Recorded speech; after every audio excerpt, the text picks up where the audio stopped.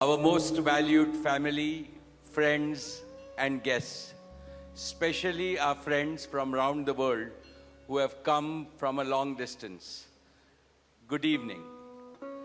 We have with us as our special guests today our spiritual and religious leaders. They have come specially to bless Anant and Radhika. आप सबको मेरा सादर प्रणाम और खूब खूब स्वागत. To all our guests today, on behalf of Neeta and me, I have to say that the Bharat took over and we could not welcome you as we would have liked to from our heart. So my apologies. We wanted to welcome each and every one of you. And I take this opportunity that Neeta, I, along with Shaila and Viren, welcome each and every one of you with a warm heart. In the Indian tradition, marriage is between two individuals, whereas a wedding is between two families and all their friends and near and dear ones.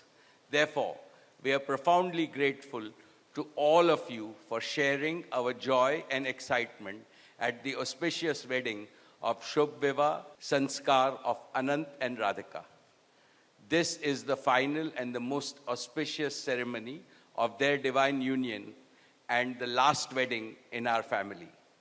Neeta has worked very hard to curate a deeply immersive experience of India's rich culture and a spirit of a traditional Indian wedding.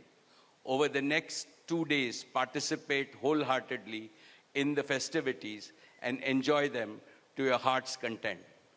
I am sure all of us together will make memories that will last forever. I must say that we have started well.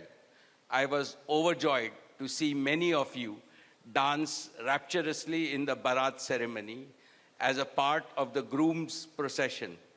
And only I thought that I could dance with my granddaughter, but Boris beat me to it. He had 2 daughters with him and he did a great job, Boris.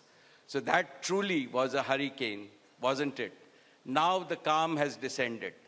It's time for the sanctified rituals of a traditional Hindu marriage in the presence of all our loved ones and well-wishers like you.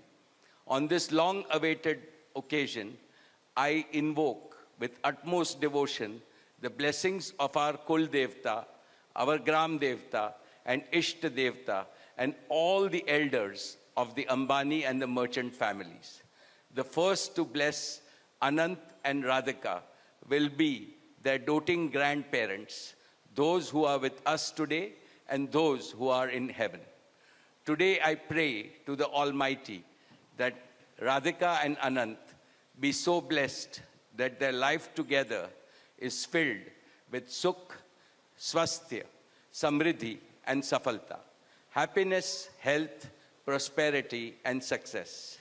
I also pray for the good health and the limitless happiness and the boundless success for each and every one present here, and your blessings for Anant and Radhika. On this auspicious day, together with all of you, we invoke Panch Tattva, the 5 foundational elements of Mother Nature that nurture all life on planet Earth so that they offer strength and sustenance to the couple. सनातन धर्म में विवाह को जीवन का सबसे महत्वपूर्ण संस्कार मानते हैं. अनंत काल से विवाह व्यक्ति को समाज से, धर्म से और आध्यात्म से जोड़ता है. When marriage is performed according to the Sanatan Vidhi, it acquires the divinity of celestial unions. Just as Lakshmi resides in Vishnu's heart, Anant will always keep Radhika in his heart. This will make their married life beautiful, blissful, smooth, and cultured. The Vedas regard marriage as a duty towards humanity. Marriage is the basis of a family. Family is the basis of community, and community is the basis of society and the larger human family.